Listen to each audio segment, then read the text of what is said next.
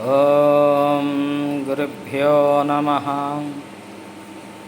ఇప్పుడు నేను చెప్పబోయేది ఒక సత్యమైన కథ.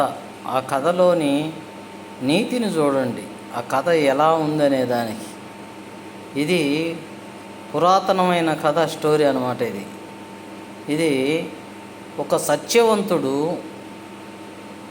కట్టెల కొట్టుకొని జీవించేవాడు. అతనికి రోజు లక్ష్మీదేవి నేను వస్తాను, నన్ను తీసుకెళ్ళు అని చెప్పేసి అంటా ఉందంట కనిపించి. అమ్మా, నువ్వు నాకొద్దు, నువ్వు వస్తే మాకు దుర్గుణములు పుడతాయి, ఏ విధంగా అంటే ఆ విధంగా మాట్లాడతాం, ఎట్టంటే అట్ట ప్రవర్తిస్తాం, మాకు నేను కష్టం చేసుకోవాల్సిందే, కట్టెలు తేవాల్సిందే, అవి అమ్ముకోవాల్సిందే, నేను బతకాల్సిందే అని చెప్పేసి ఇతను చాలా సత్యవంతంగా బతుకుతున్నాడు. ఇతనికి 2 కుమారులు, ఇద్దరికి 25 సంవత్సరాలు, 1 సంవత్సరం అటు ఇటు, ఇద్దరికి 25 సంవత్సరాలు పిల్లకాయలు.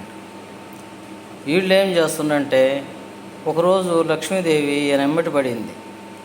ఒక బస్తా రూపంలో బంగారం ఆయన ముందు బస్తా పడేసింది. ఆ లక్ష్మీదేవి పడేసి, తీసుకెళ్ళు, నేను ఎన్నిసార్లు చెప్పినా నువ్వు వినటం లేదు అని చెప్పేసి ఎమ్మట పడితే ఆయన తీసుకోకుండా వస్తూ ఉంటే కొడుకులు 2 ఎదురైతే, నాయన ఆడ బస్తా నిండుగా ధనం ఉంది, దానికి ఆశపడతారేమో, దానికి ఆశపడితే మీరు ఇంక లేనట్టే అని చెప్పేసి అంటాడు.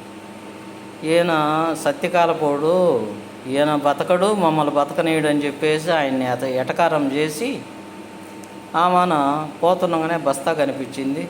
ఈ బస్తా ఒరే మనం ఇంటికి తీసుకెళ్తే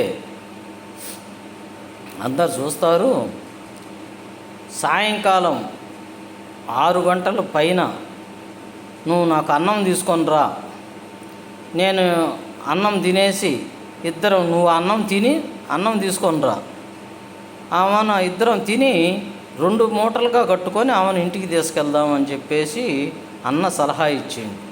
సరే అని చెప్పేసి తమ్ముడు ఏం చేసిండంటే ఇంటికి వచ్చి అతను భోంచేసి, మా అన్నకి ఎందుకు ఇవ్వాలా, బస్తా నేను తెచ్చుకుంటే సరిపోద్ది ధనము అని చెప్పేసి ఈ అన్నంలో విషం కలిపిండు. ఈ విషం కలిపిన అన్నము తీసుకెళ్ళి, అన్న ఇదిగో నీకు భోజనం తెచ్చినాను, నువ్వు తింటే ఇంకా అవన్నీ ఇద్దరం వెళ్ళిపోదామని చెప్పేసి అన్నాడు. సరే చేతులు కడుక్కొని వస్తానని చెప్పేసి అటు పక్కగా చెట్టుకి ఒక పక్కగా పోయి ఒక పెద్ద రాయి తీసుకొచ్చి అతన్ని నెత్తిన కొట్టి తమ్ముడిని చంపేసిండు.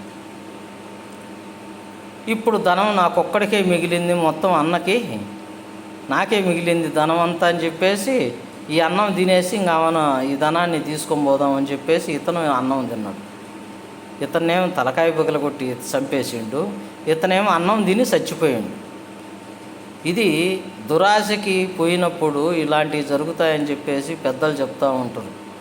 మనం కాలాన్ని బట్టి ఎంతైనా సరే సత్యవంతంగా జీవించాలని ఆలోచన చేస్తాము, మన పని మనం చేసుకుంటా ముందుకు పోతూ ఉంటే భగవంతుడు గ్యారెంటీగా సాయం చేస్తాడు.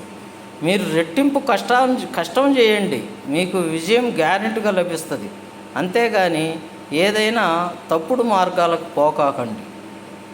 లక్ష్మీ దుర్గా జ్యోతిష్యాలయం శుభం.